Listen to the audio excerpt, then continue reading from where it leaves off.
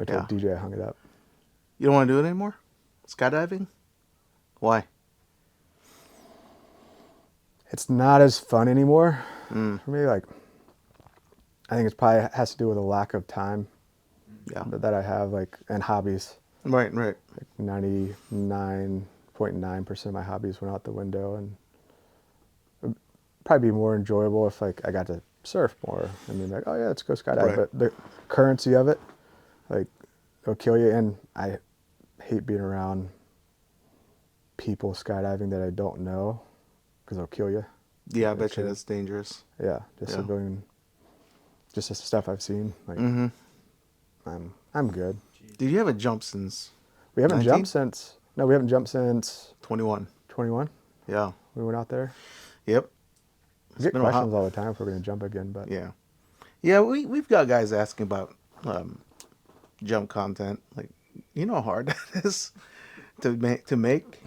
You gotta we gotta get the fucking time to hop out there. the world's best. Yeah.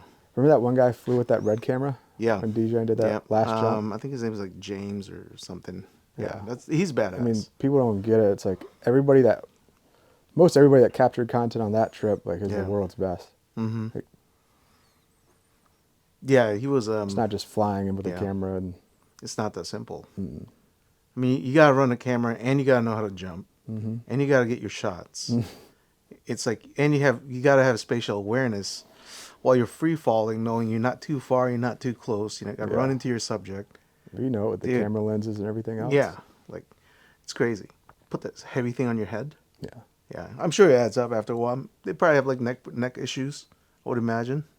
Not to mention a $20,000-$30,000 camera. Yep, exactly. So, a few things to be nervous about. Nah. And pulling at the right altitude. Yep. It's wild. Under canopy school. But free fall was fun.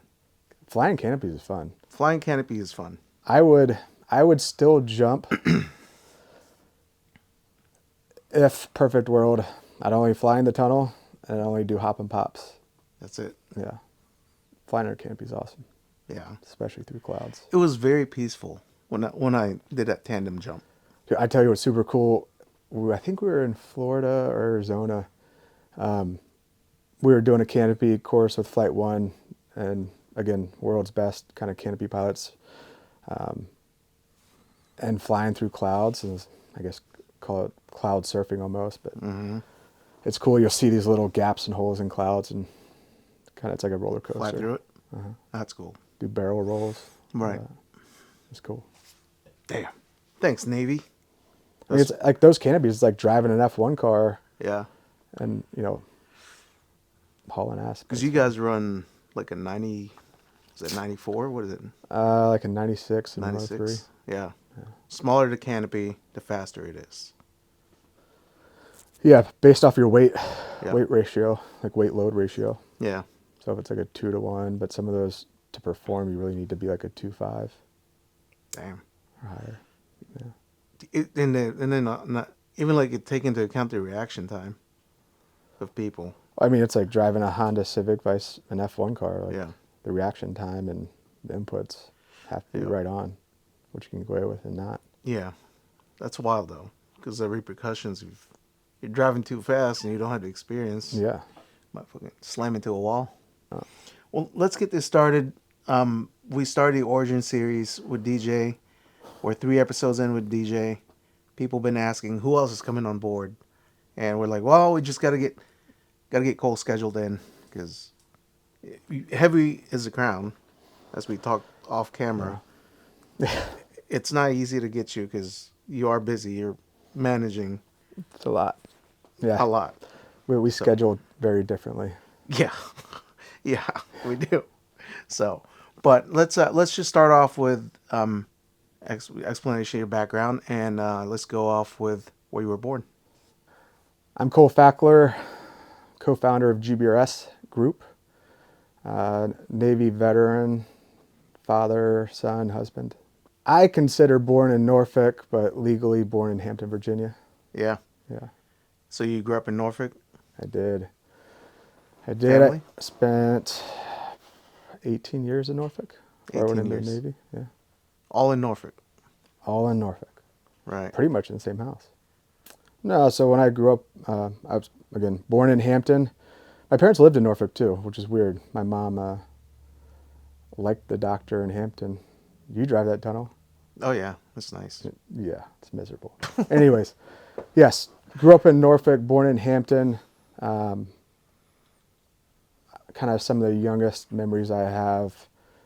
My parents had a duplex that we lived in initially Yeah. and rented out the top floor, and we lived in the bottom floor, right by the zoo.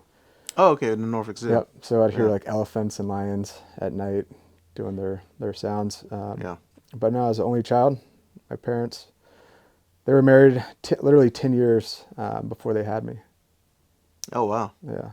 So they took their time. Yep. Yeah, I mean, they met at ODU. My mom finished dental hygienist school, Mm-hmm. started working, got around 20. And my parents got married 2021. And my dad he worked the railroads and got through college. And back then, a computer program engineer Mm. back in the 80s. That's some pioneer stuff right there. If you did it in the 80s. Yeah, I mean, Yeah. like, think about cameras these days and programming, what it was like, what it's like now, back Mm-hmm. then. But yeah, they had me 10 years after they were married. Grew up in the duplex, and I think within like 3 years or 4 years, moved to the house that basically spent 15 years in. Wow. And how were you growing up as a child? One of the first one of the first memories I have, and like always remember, and my parents will laugh about it these days, is being the only child. Definitely spent a lot of time entertaining myself. We lived on a dead end road, and that was back in the day when you played cowboys and Indians, and Mm-hmm. run around the woods, and so a lot of outside time. But one of my earliest memories was smashing out my parents' front headlights with a hammer. Why? I don't know. Like, I don't know what I was thinking.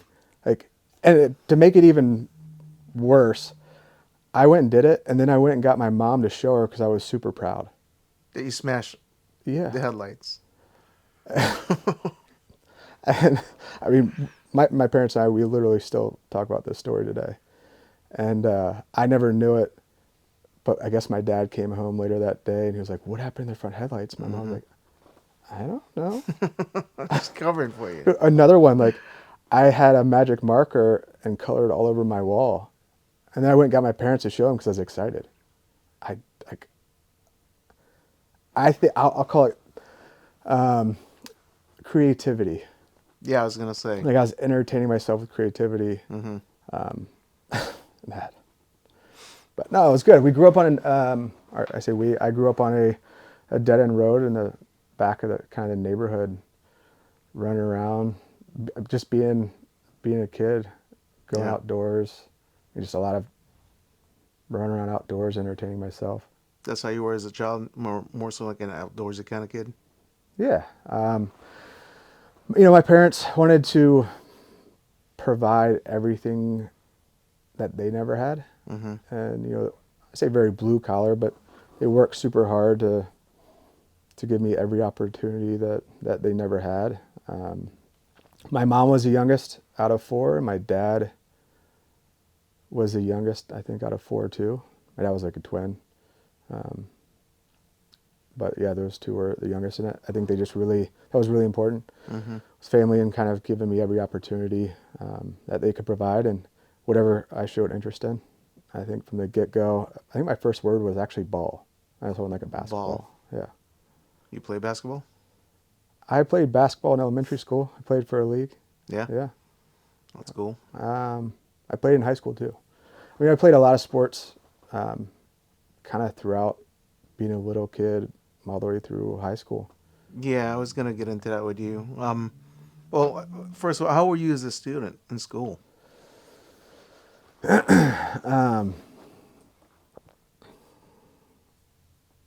I was a mediocre student. Yeah. I wouldn't say I was bored, but I'm a very visual learner and not auditory, and I really got to work hard to like understand and read and retain it. Remember, it's like the only grade I got straight A's was third grade. My third grade teacher was hot.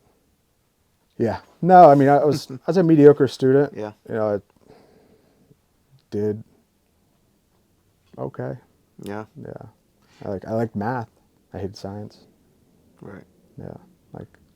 But yeah, I don't say I bounced around schools. I did a public elementary, a Catholic private middle school, the first 2 years of high school private, and the last 2 years of high school public. Right. And yeah, I had to work hard in school to be average. You were just bored with whatever they were teaching? Yeah, I mean, looking back on it, especially looking at my youngest son too, I was like, I didn't really fully apply myself. I had to do it. I did, I won't say the minimum, but the average amount of work to get by. Right. Yeah. And you played sports in school? From a young age, my parents got me into swimming. I think half because every parent doesn't want their kid to drown. Right. And for me to be comfortable in the water was definitely a win, and they didn't have to be concerned about that. So from a pretty young age, I started like swimming at a club team, and going from beginning of swimming maybe 3 times a week, like 3 practices a week, to 8 practices a week, doing doubles 2 different days. Swimming was kind of the main thing for a long time. I was competitive in nature and good eye-hand coordination, but it was a lot, and I learned a lot. I enjoyed it. I love the water, so being in a pool, it correlated really well with surfing. Got into surfing, I was in 2nd grade. Oh wow, that young, huh? Yeah, my godfather died, and so I got a surfboard. And Hold on, you got wielded a surfboard, or you inherited a surfboard well, I actually asked for it. after he died? Yeah. Okay, all right. Yeah, I mean, like my godparents at that time were good friends with my parents. Yeah.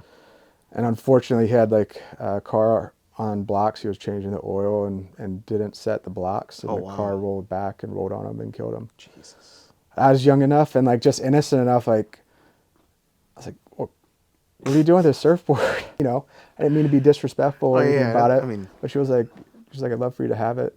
And my parents would take me to Ocean View on the weekends. yeah. So I took it down there and caught my first wave down there. My parents actually got a picture of it, so they have a picture of my first wave. At 2nd grade. Yeah. Yeah. So, from my understanding, you had quite a athletic childhood. Mm-hmm. And did you do competitions with surfing, or how deep did you get into surfing? Well, I'd say swimming was the number one competitive sport that I did. Okay. Everything else was second. Surfing, I enjoyed, and it's the thing I've done the longest to today. Mm-hmm. I did a few contests, but I mean, it's like you do anything new, you're not getting coached on it. You're passionate about surfing, but competing, even to today, is a different animal. But even back then, I mean, Kelly Slater was in his heyday. Not that he isn't today, because he's still winning world contests and events. But competing surfing, I wasn't good at.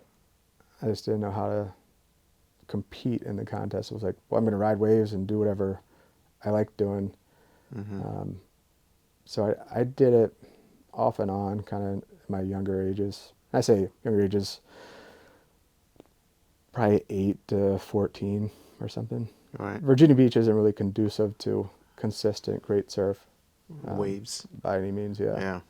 But yeah, I mean, surfing was always a therapy and a spot to relax where I didn't have to be worried about being competitive in the water or anything like that. But I always pushed my own limits. I always wanted to catch bigger and bigger and bigger waves any chance I got, even though it was just on the East Coast. But at a young age too, my parents would always go camping down in Hatteras in North Carolina. and we'd go surfing down there. The hurricanes would come and get some bigger swells and surf. I mean, I look back on it. My dad, I was in 4th grade, and there was a huge hurricane swell down in Hatteras, and it was to the point where anybody getting out had to go down on the pier in Avon, jump off the pier to get past kind of the second set of waves breaking, and my parents let me. And how old were you? 10? Was Jesus. 9? I was in 4th grade. 9? Really? Yeah, 9 or 10. Do you miss those days? Sidebar conversation. Do you miss those days where like you can let your kids go, versus now where most of us are helicopter parents? I say most, but you know what I mean. Yeah, I miss those days. I mean, I wish my kids had that opportunity. I wouldn't consider myself a helicopter parent, but it's just, I mean, as a parent, you're freaked out of your kid just getting snatched. Of course. Like, Yeah. biggest fear. Yeah. Like, I used to ride my bike all over the place at their age. It's like, I wouldn't let my kids do that. Yeah. Purely because it's just, I don't know if that stuff was going on back then, and it just wasn't known as much as it is now, but it feels like it's just, I mean, that's the number one concern. It seems it's more prevalent now than it was back then. You're right. Yeah. Yeah. Yeah. I think about how kids would have been if they grew up in the 80s versus 2000s. Well, yeah, I mean, half of them were like, where's my iPhone, my iPad? And it's like, go outside. Yeah. But I did get my kids, both the 2 young ones are, they're riding bikes without training wheels now. I was definitely a little concerned. I was like, I really hope they're not adults that can't ride their bikes. So both of them. They got to at least know that. Yeah. Yeah, they're stoked. So I think it's rider bikes, maybe drive a manual, like a stick shift. that's another good one. Yeah. Yeah. That's for me. But yeah, I mean, going back to kind of younger ages and years and playing sports, I mean, I played basketball, I played lacrosse, I played soccer, I played baseball, played the violin for 10 plus years, the alto sax, the bass guitar. You got your own little band. Yeah. I mean, I started working when I was 14. My parents took me down to the city and got a worker's permit. Oh, yeah? What'd you do? I worked on the American Rover. It's a 135-foot top sail schooner sailboat that did 2-hour tours. It's funny, people come in and be like, how long are the 2-hour tours? 2 hours. 2 hours? I mean, at least once a day. Yeah. Do that. Did you like that? Yeah, I mean, I grew up sailing. My parents, I say kind of partnered with a few other people on buying a little 16-foot sailboat. So we'd always go sailing out in like Willoughby Spit area over there and grew up that. I raced lasers and FJs as well, little sailboats and sailing camp. So, right. Yeah, I mean, sailing and the first job, it was enjoyable because I like sailing and being on the water. You were 14 at this point? Yeah. Damn. I mean, it sounds like you stayed busy with sports. Yeah, I mean, I was lucky my parents made the time. I always look back, I'm like, how did you, well, one, thank you. But I was like, how did you do that? Like, my mom would wake up at 5 a.m. and take me to swim practice for an hour before school. She'd just sleep in the car. That's commitment. Like, yeah, and dedication. Yeah. Like, I don't know how they did it. But they did. But they did. Yeah, they made the time. It's wild. Yeah. When you got into high school, did you get into any other sports? Like, high school, I played lacrosse. The private school I was at had lacrosse, and again, I grew up not playing lacrosse, but my dad had lacrosse sticks, and again, part of entertaining myself. My parents had a brick one-story ranch, and one of the walls or outside walls of the house was brick with no windows. So I'd throw the lacrosse ball. So ball handling skills weren't new to me, but putting on a uniform and pads was. But playing lacrosse was fun, a good time. I got laid out a few times. I mean, like feet over my head laid out. But it was good. I enjoyed it. I never got to play football, always wanted to. I look at my parents and be like, you let me play lacrosse. And guys get messed up. Why don't you let me play football? Why didn't they let you play football? My dad broke both of his legs when he was in high school playing football. Ah. So he didn't want that. So he said, go jump in the ocean instead Yeah. during a hurricane. I mean, the first bone I ever broke wasn't until I was 20. I was in the Navy. Oh, yeah? Yeah. We were literally on our second workup trip. That was when I broke my first bone. Broke it. Mm-hmm. Now, did you, I heard from a little bird that you were also a bodybuilder? Let's talk about that. Your Chris Bumstead phase? So I got injured when I was 14, hurt my shoulder and had to do shoulder surgery. So How'd you do that? Excuse me. I hurt my shoulder. Yeah. I mean, essentially it was just overuse from swimming. Okay. And I honestly didn't do anything cool. I threw something behind my head at somebody in school and like felt this pop. Oh. And so ended up having to get shoulder surgery. I was on a really good track on, going to swim on an extremely high, like national, international level. I was kind of just on that track. Like Olympic level or what? That was the goal. Oh, yeah? Yeah, that was definitely the goal. But that happened. And for the first time in my life, I didn't have the swimming kind of structure or time being kind of taken up, and got exposed to being a teenager. Right. Like, oh, girls, got time. Yeah, I mean, because there was never, my schedule, Monday through Friday, Monday through Saturday, when I was swimming, it was like swim in the morning Monday, school, swim in the afternoon, come home, homework, eat, go to bed, and rinse and repeat. So a few things happened when I hurt my shoulder and stopped swimming. I grew 6 inches. Oh, yeah? I got a little more sleep. Vertically or horizontally? Vertically. But good, valid question. Yeah. Yeah, vertically. Yeah. Got exposed to having more time. And I still had a competitive nature. I got into cycling. I like road and mountain bike racing. God, I did a shit ton.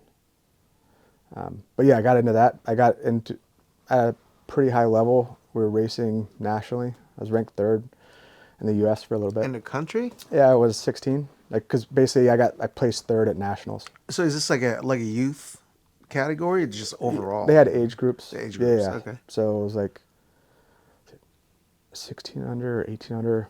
Like, yeah. That's I finished impressive. 3rd at nationals. Yeah. Yep. I would imagine there's quite a lot of those kids biking around. And it's not cheap either. Those bikes Oh, I back bet then it's were not. like $3,000. These days they're like 10. Yeah. Yeah. Yeah. I mean, it really sounds like you put a lot of time and effort and focus into sports as a kid. Yeah. I mean, I learned from swimming. I had great coaches that mentally you can push your body further than you think you can go. And match great coaching, great team, a desire and passion to like win. I had learned a lot in my ability on how to push further than I thought I could go. Whether it was just motivation on being better or enjoying something or like wanting to beat everybody. Like, very young age, learned it was like, I'm just going to be better than everybody and work. I mean, my dad used to always say somebody out there is working harder, longer, faster, bigger, taller. And I was like, I'm going to train harder and beat them, whoever I run into in that kind of competitive hunger. So I learned at a young age and just kind of transferred it into cycling or whatever I did. Mm-hmm. Could you walk us through like a day in the life as a young adult, performing at a high level as an athlete? Because I mean, it's pretty impressive just listening to your resume of accomplishments as far as sports are involved. I mean, as a young person. I know you asked a question about the bodybuilding thing. Yeah. I mean, I think the bodybuilding, I was watching TV one day and I saw, I guess, junior bodybuilding. I, spent time in the gym and I was going to a local gym. So saw that. I went to a local gym, knew the owners. I was like, hey, I really want to train for this. Kind of give a purpose and again, kind of that competing mindset and, having the people that knew how to do it was a huge help. And it takes a lot of dedication. Everything from diet. I got the whole like painted on tan and. Oh, you did? Oh yeah, yeah. So you did like meets? I really only did one. Oh yeah? It was like a Virginia State Championship. How'd you do? I won. What the hell, dude? It was low. Yeah, I won. Yeah, I won that, Did and my first one. I finished third in my weight in the kind of open class. So Gotcha. like whatever, I was like 168 or something, and I was competing with grown men and adults, and That's wild. yeah. But yeah, so competing in schedule, Yeah. like a daily kind of. Yeah, like how does that work out for you as a kid? Just you kind of touched base a little bit about it, so it's just like waking up, train, and it's just to perform at that level, that dedication you had as a kid. I mean, it's got to be something. Yeah, I mean the schedule, and I'll just kind of reference swimming kind of Monday through Saturday. Monday practices 6 to 7 a.m. and then Monday afternoon practices 5 to 7. Tuesday through Thursday, 5 to 7 in the afternoon. Mm-hmm. Friday morning, 6 to 7 in the morning. Friday, 5 to 7 in the afternoon. Then Saturday, 6 to 9. Everything takes time. I don't care if you're Tom Brady, everything takes time. Like you have to have a foundation. There's natural talent, but you still at some level to get to the highest level, you have to have coaching. Yeah. I mean, I could be completely wrong, but I don't think anybody that's been number one was like, I got here by myself. No one ever coached me. I think everybody's had coaches and mentors that have pushed them. The mindset for me was swimming. Again, when I was young, I was just naturally super competitive, and I didn't like being beat. I didn't like being second. I'll say, the spouses that are married to Facklers, they were just bad sports. I wasn't like I didn't show bad sportsmanship, but it was like, I'd be pissed if If I you didn't lost. win. Yeah. Yeah. So it was like just a natural hunger of like, I want to be better. And that's kind of that foundation of swimming was laid. I just had a strong hunger and passion of getting faster, getting better. I mean, the people I was swimming with were some my age, some older, so they're always faster people. So I was always Mm-hmm. chasing and trying to get my best times. And I mean, at a young age too, I was like, if I'm 18, I'll be able to go to the Olympics in like 2002 or whatever the date was. When I'm 14, I'll get to go to nationals or junior nationals, and just really wanting to be the best, unarguably the best. Right. I want to talk about it, like just come in, swim, get out. So you actually had end goals Yeah. to get to the top in each sport that you got into. Yeah. Yeah. I mean, there were milestones. Right before I hurt my shoulder, I was supposed to go to Bowles school, which Bowles Academy is down in Jacksonville, Florida. Okay. Basically, I was coming on high school, and I was going to do high school down there in Jacksonville. Bowles has produced a lot of gold medalists. And Bowles is a high school or It's a training center? I would call Bowles I'm pretty sure they had pretty much K through 12.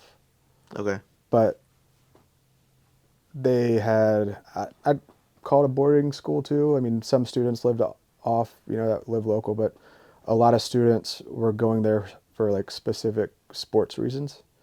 And they were nationally known and ranked at a very high level of producing just world-class swimmers. Like, you go there, you graduate from there, you can get a full ride anywhere you want to go. Stanford, full ride. Anywhere. I was like, that was kind of part of the foundation of like, go there, and I mean, they had produced, Olympic champions. So it was part of that foundation. But yeah, I mean, the hunger and competition, I always say, if someone's talented just naturally, passionate, dedicated, and and motivated and has the right teaching and coaching environment, you'll never be able to keep up with them at their best. Like, you won't. Good luck trying. Might have a lucky day, an off day, but I mean, the top 1% of people that get it there, it's like, yeah, there are untalented people that work super hard and are at that top level, but it's like, you take somebody talented and dedicate. I mean, Kobe, Jordan. I mean, their hunger levels never stopped. Like, they set the example and standard for those teams, but for the leagues, and they're a good reference. Just, I think we've all seen their stories and history. Yeah. And you have that hunger, like, whether it's being mad at something or whatever it is. It's nice. Where do you think you got that drive? Was that something influenced by a factor? I think I got the drive naturally, but I think that drive was encouraged and pushed as well by my dad. You know, he wanted he wanted to see me successful and be the best that I could be. I would say some levels he pushed me the best he knew how. Obviously I have kids and I want the best for them. I mean, I look back at it and, like, I am the way I am, and what I'll say he produced, and being a father, like, I wouldn't change. Like, would I do it to my kids? No, like, I have a different approach. Like, right. I want them to be happy, and if they really want to go down that road and be competitive at a high level, I'm happy to support. But I'm not going to get involved in, like, being upset, or, I mean, obviously I'm happy for them either way, but yeah, I'm not gonna do it that way. But I'm thankful he did, and some people may argue with that style of parenting or approach, but I'm thankful for it. I am. Yeah, I mean, I think between, again, natural hunger, yeah, and my dad pushing me, that's what drove it. And, you know, having the right facilities and coaching. Right. It almost sounds like a softball question, but, you know, your dad's influence, your dad pushing you to do all these sports activities, has that kind of helped you prep when you joined the Navy? Yeah, all of my activities, bodybuilding, lifting, swimming, surfing, all the sports, yeah, it definitely helped. I mean, at a young age, I think I was like 10, we used to do Saturday morning practices in the old SEAL Team 2 pool. I think it's still there. 50-meter pool. I think it's 20 feet deep all the way across. My first 50-meter underwater swim was when I was 10. Like, part of practice, we'd always do, you know, 25-yard underwater breath holds. It obviously helps with physical fitness and performance. But, I mean, looking back on it, I was like, yeah, 50-meter underwater, did it when I was 10. Cool, like, it's part of BUD/S. All right, I've done it. I know I can do it. Surfing and in the ocean and being rough, like, yeah, cool, you want me to do an ocean swim? I grew up doing some triathlons too. And like, my parents and I would do family triathlons where I'd swim, my dad would bike, my mom would run. So, like, open ocean water swims weren't a big deal. All three of you just open ocean swimming? We did. Sometimes as a family. That's badass. Yeah. That's cool. Running through the woods and having, I say, at a young age, some mental toughness and awareness that things may suck, but you can always physically push your body, I mean, mentally push your body further than you think it can go. So it may sound crazy. Like, I've kind of been in similar conversations or settings where it's like, I'm good. Surfing, I'm comfortable in the water. I chase bigger waves, so sure, I enjoy it. You know, I had a world-class swim coach that knew how to push me, knew how to approach and talk to me. And I won't say it was the most polite way, but it was like, you know, he knew what kind of style of coaching he had to do with me. He had a great approach with everybody on different swimmers on what they needed. But at a young age too, I pushed my body hard enough where it's like your lactic threshold and lactic acid builds up, and you just throw up from working out so hard. It's like you just push that limit a little bit further and a little bit further. I mean, running wasn't a big deal. I hated running. I had did some running from triathlons and running races, so that wasn't anything crazy or new. I mean, at a young age too, I look back on it, like, I say the fear, I don't say fear, but like the fear I kind of have today, like I didn't have back then, so you're not really aware of some of the risks that you're taking. I obviously look at it a little different now, but kind of going into it, it just, I'd say, yeah, my entire childhood prepped me for going to the military. You're when you guys did triathlon, is it like a parents family category? How did you guys do? Like, you guys like the Incredibles out there running around? I Like, mean, we did it for a couple years. oh yeah, Yeah. Some of my parents' friends were, they had a lot in common, triathletes, and there's people that drag their kids to triathlons. And no, there was not a family option. Well, I say there wasn't a family option. There wasn't a family category. yeah. There was either individual triathlons or team triathlons, and so we compete against any other team. I mean, that's got to be impressive. Like, you had a whole family over there. It's a whole family competing. Yeah, we won a couple of times. No way. Yeah. The whole family won? Mm-hmm. Man, you're just a bunch of achievers, dog. Like, Yeah, I look back on it now, it's crazy. nah, it is. I don't know how they did it. Yeah. Like, they had a Ford Taurus station wagon and put the bikes on the roof and go. Jeez. Yeah.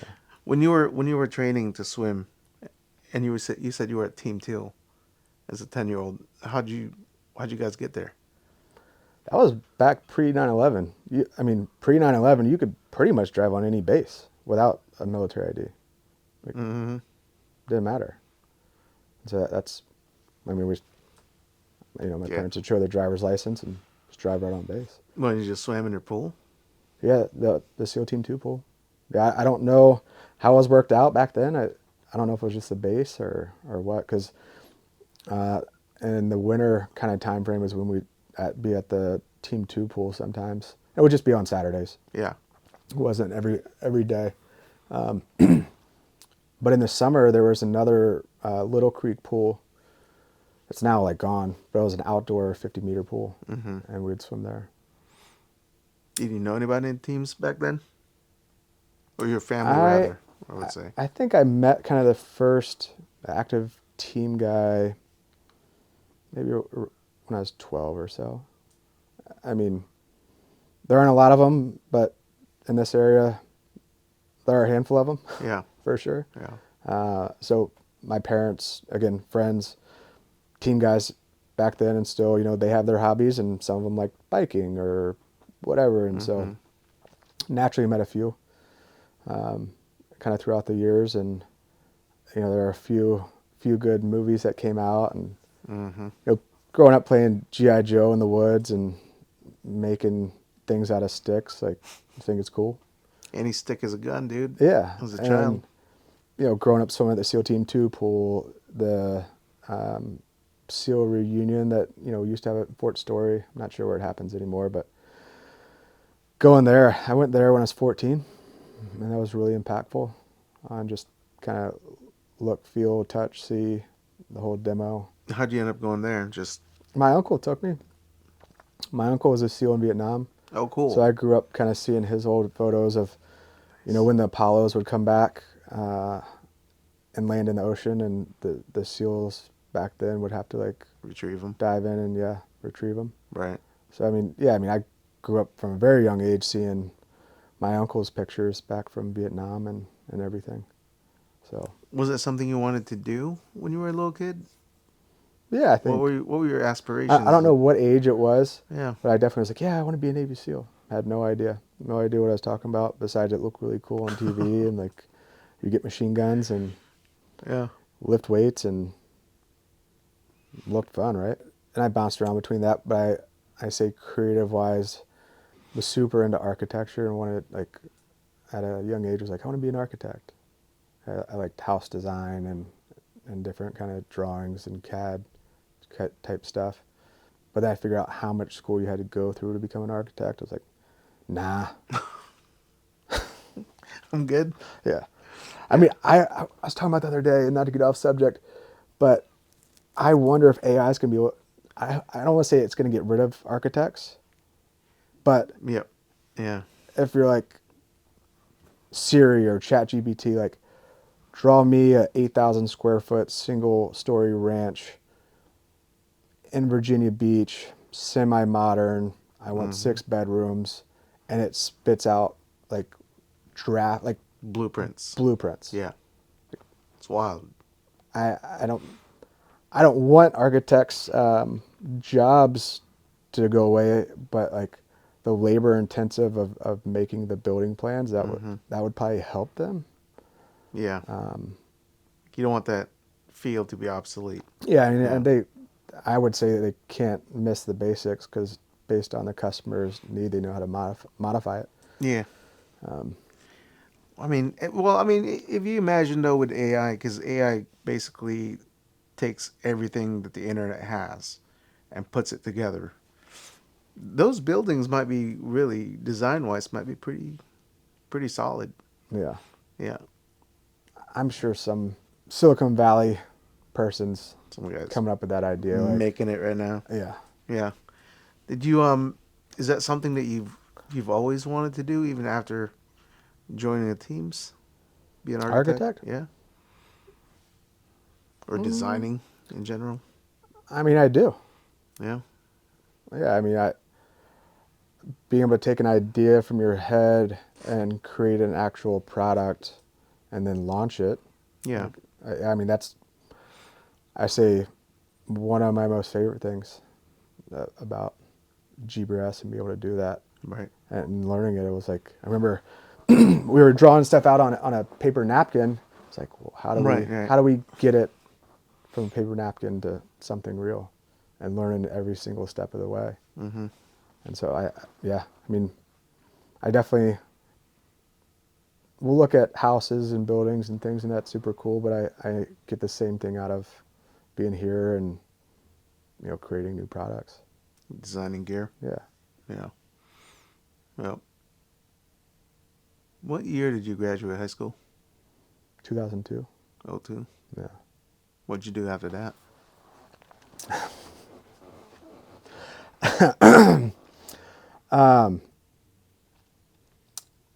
Pretty shortly after graduating, I moved to West Virginia. Mm-hmm. And What'd you do there? I worked for my uncle that would built houses from the foundation up, and worked on loading docks at night, like on Pitt, Ohio. So just loading and unloading 18-wheelers. Oh, wow. Yeah. So I worked 2 jobs every day. Hard labor. At that age, I was at that age I was 18. Like, yeah, I was on my own for the first time. I was like figuring it out, doing what I had to do, but it wasn't miserable. I mean, doing stuff with my hands, building, I always enjoyed. Mm-hmm. Figuring out and seeing, how houses are constructed and plans, and yeah, some of it sucked being on a roof in July. It's miserable. Oh, I bet. Sure, baking. Being like 4 floors up on a roof that has like a serious slants. Mm-hmm. Probably a little sketchier than I should have been.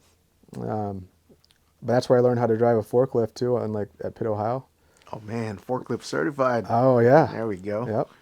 Yeah. Which like literally take that and fast forward 3 years, and I literally was driving we needed to get some ISU 90 off of a trailer in Iraq, and they were like, anybody know how to drive a forklift? I was like, Right here. I think I figured that out. That's cool. Yeah. But Yeah. yeah, so I did that for 6 months in West Virginia, in the tri-state area, around Pennsylvania, Maryland, West Virginia. And I won't say I was on a bad track of trouble. I wasn't getting in a lot of trouble, but I was getting in enough. I mean, speeding tickets, just doing dumb shit. I was like, I need to figure out, do something. I didn't want to go to college still, and I'm going to try this Navy SEAL thing. Mm-hmm. And there had been a guy that was still active duty that I considered a mentor and coach, and called him and told him, and he was like, well, he's like, if you're going to do it, I want to go with you to the recruiter, just to make sure I got signed up for what I wanted to do. Yeah. And so I was in West Virginia for about 6 months, came home, went to a recruiter with him, signed up, went to MEPS, got a a kind of a boot camp date, and February of '03. Wow. Left like a few days after my 19th birthday. Went up to Great Lakes for boot camp. Oh, let's rewind real quick back to West Virginia. I didn't move out of the house after graduating high school blindly. I was just like, I'm going to go up here and do this. I went up to West Virginia initially with my cousin and his wife, and for 4th of July, and I was like, oh, this is awesome, cool. Mm-hmm. For whatever reason, there might have been a girl there that I met, but There's always a girl. there always is. But it was awesome. I mean, like being out in the country, kind of like as a little kid again, having that freedom, running around, four-wheelers, shooting stuff. Like it was back in the day when you could have a shotgun and in the gun rack in the back of your truck and drive to high school, and it was all fine. When I moved there, my uncle let me kind of live with them for a couple months and build up some money. Ever since I was little, my parents made me work for things, and I appreciate that, and had value. Things aren't just given to you, and you got to work hard for whatever you want. So that was really instilled in me. So that mindset wasn't new, but it was eye-opening. That was back when cell phones, like if you roamed, you'd have like a $200 bill. Yep. So it was back then. So I learned that. Had my phone shut off a few times. Oh, I bet. Learning how to be an adult. Yeah. Yeah. Yeah, I learned how to be an adult. I'd gotten some furniture from my parents. It was about a 6-hour drive from Norfolk to West Virginia. So I drove home one time and got the basics, like a futon couch and maybe a chair or something. So it wasn't like extravagant.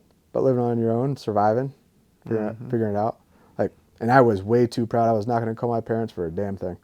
Like, I'm going to prove to you I don't need you. I mean, it's just an 18-year-old behavior. Like, yeah. mindset, like, y'all aren't cool. It's a teenage angst. I know what I'm doing. Yeah.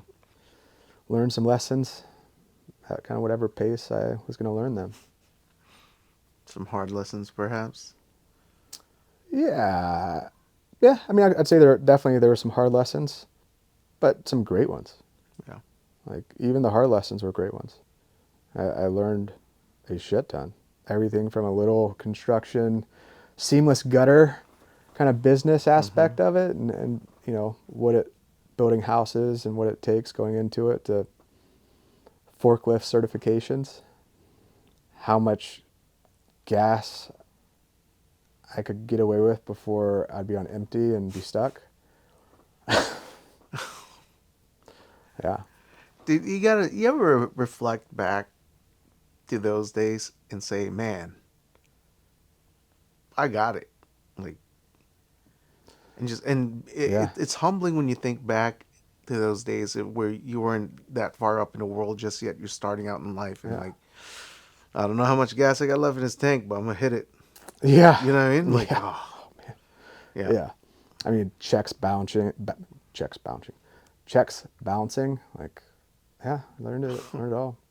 I remember my uncle had this, like, that was back when Escalades, I think, were first coming out. It was like awesome. It's like, oh, that's so cool. It'd be amazing to get one day. It's like, but there's no way. And I got one last year. Look at you now. Yeah. Yeah. I mean, it wasn't as big of a deal to me last year as like I thought it would be when I was 18. Yeah, for but sure. Yeah, it's still super cool. It makes you appreciate life in general. Yeah. Because looking at it, like. Yeah, I mean, it's like he definitely worked hard for that Escalade and what they had, and it's like definitely worked hard for that, and it's definitely cool to see. Yeah. So, came back home after a few months, getting in trouble. You kind of saw yourself going down a path that you didn't want to. Yeah, I think I saw myself going down a path in West Virginia that I didn't see a future in, like a positive kind of outcome. I was just like, I'm not gonna sit here and work 2 jobs and my ass off. Yeah. Just kind of grind. I want to do something, and I miss competing. I miss pushing myself. I had some friends up there, but it was just a little rural. Those elements that were you weren't Yeah, availing themselves in I West Virginia. hated, I thought I could replace snowboarding, mountains, lakes for the ocean. Can't. I like the love for being around the oceans. Like I would strongly say I don't think I can ever live away from an ocean. Like Hmm. I gotta smell it, feel it, be in it. Like it's just a happy place for me, and there's nothing that can replace it.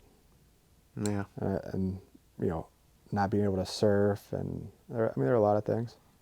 And I say the decision to go into the Navy, because I was thinking about the Army Rangers, and I was like, well, where would you be stationed? Like, I mean, this is how I looked at it. I was like, Army Ranger is super cool. If they were in San Diego and Virginia Beach, I'd be like, would have picked them. Hmm. But I started to find out, I was like, oh, hell no. Middle of Yeah, I was like, North I'm not Carolina. going to live down there. It's like, but the SEALs, I don't even think I knew about Hawaii at the time, but I was like, San Diego, and I was like, come back home. I was like, can't lose. Yeah. That was literally why I picked, going in the Navy vice Army. Mm. Was the location. So, growing up when you were a kid, even then, was the military an option for you? I mean, I think part of growing up is saying you want to do certain things that you think are cool. Yeah. And for every kid, that different, based on their environment and exposure. So yeah, I mean, at 10 or 11, I was like, I want to be a Navy SEAL. I see it on the TV, and maybe I really meant I just kind of wanted to be a soldier of whatever looked cool, and not knowing,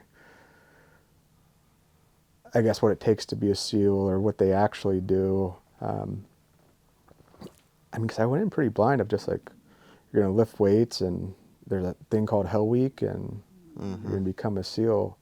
So it was always an entertaining thing and something I looked up to as a little kid, especially like, again, my uncle being in Vietnam, looking at these little pictures that are on the wall, um, and that exposure. So yeah, it was always an option. It was just, I learned at a very young age too. I was like, if I'm going to do it, you're going to get 100% commitment and 100% of me. If I'm going to do it, um, with whatever it was. I mean, whether it's moving out, moving to West Virginia, or what the next steps were, or going into the military. And my dad and I'd probably say like most teenagers in high school, butt heads. Yeah. I was definitely of the mindset that I was like, if I'm going to go do this, I ain't quitting. I Hmm. sure as hell am not going to come home and tell my parents I quit, like have that embarrassment. I say quit anything that I was 100% committed to. Right. Did your old man? He wasn't approving of you joining the military. No, he wasn't, not approving. I mean, they literally threw like a going away party for me, at their house before I went into the military. I look at him and I's interaction at that point before going to the military, just what I needed. Like, would I say it was supportive?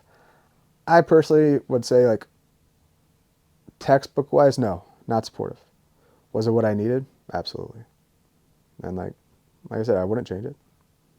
And I kind of had thought the same thing of like, if my kids want to go into the military and do that, I'm like, what do I need to say to give them the right, support, but hunger to like get it through an honest reality. Like, Hmm. but I'd be honest with them too of like, hey man, like I don't see the hunger in you. I don't see you. You haven't shown me 18 years of sticking with one thing and performing at a high level, Yeah. and pushing yourself mentally. I'd definitely have that honest conversation with them before, like, hey, like, have a plan, and I'm happy to help you and use resources and people with it. So they're educated Yeah. with it. Um, but yeah, I mean, the military was always, a thought, an option. It was just, it had to be on my terms on how I was going to do it. Did he have any ideas himself or any aspirations for you to be something else and not the military? Is that you think why sometimes he may have not been supportive? Uh, Or I, you know, I always say my parents were supportive. They weren't happy with some of my decisions, but I think they were very realistic of like, he's 18 and you go make that decision. Right. And Yeah. hopefully it works out. But I think support was what I needed, and it's what I got. Whether it was butting heads or not, like, it was what I needed.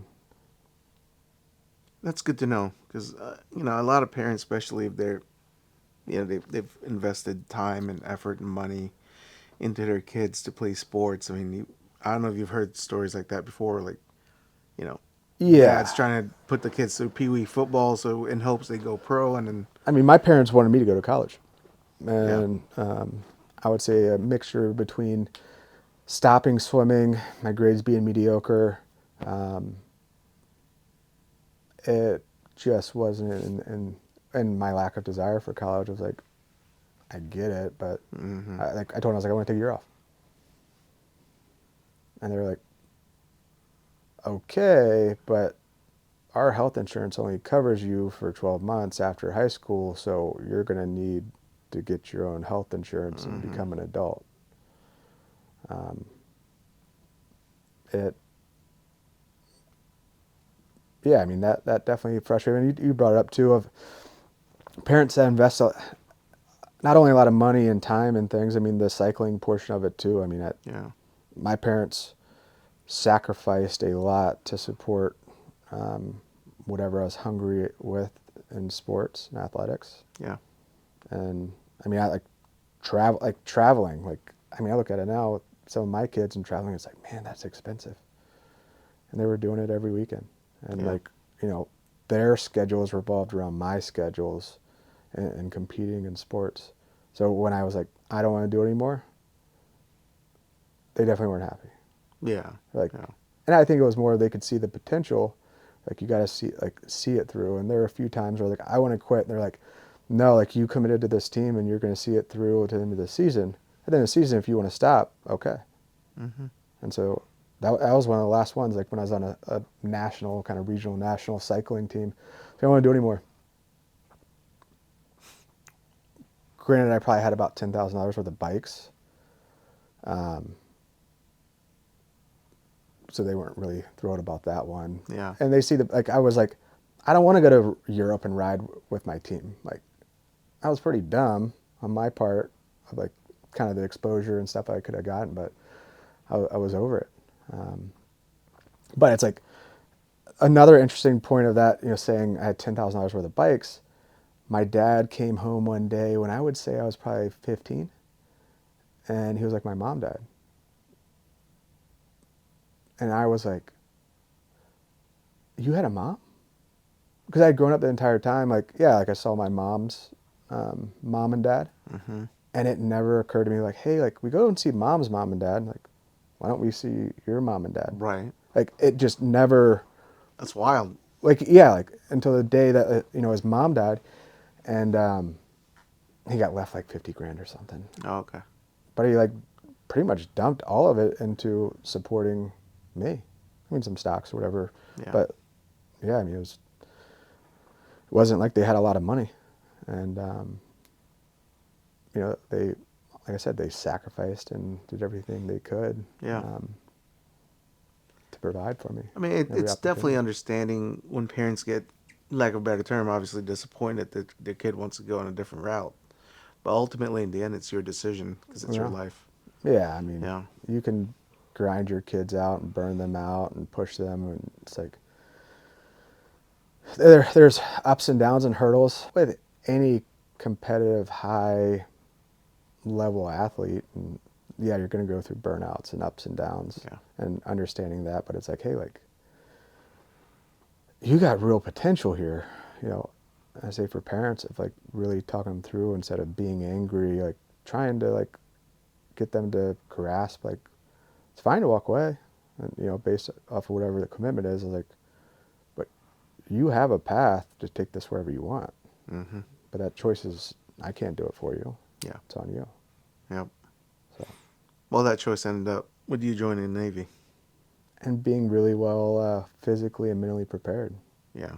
a good foundation. Yeah, I mean, So, it's almost like, yeah, they're disappointed, like, again, because you decided to join the Navy, hmm but at the same time, all those effort and, care and attention they've given you as a child help you succeed in this new venture that you've taken. yeah. Yeah. And we'll So, save it for later, but I was such yeah. a water nut. I mean, being able to go to Bud's, live right on the beach in Coronado in California and see the waves and sand and learning where the surf breaks were, there were so many people that I would blow their mind. Like we'd do Bud's all day, like we'd be in the ocean, sandy, and it was like, it wasn't a big deal to me because It's your jam. yeah, I love it. Yeah. But I would see the surf, I was like, oh, I was like, I bet you like Sunset Cliffs or Blacks or some of these surf breaks are going off. So we'd finish. That's another thing, again, we'll get to, but it's like, yeah, there is a stopping point usually every day at Bud's. Yeah. But there would be enough light. I was like, I'd be grabbing my wetsuit and surfboard and like driving to go surf. They're like the last thing most of them want to do is get back in that ocean. Yeah, you just After want to being in dry the up. ocean. Yeah. You're a maniac. That was good. It's Yeah. fun. Well, let's end it here on a good note, and we'll pick it up with you going to Great Lakes and kick it off from there on the next episode. I know you're busy. Yeah. You got a call here in about 15 minutes. Oh, yeah. So let's do that, and we'll do the next one. That was good.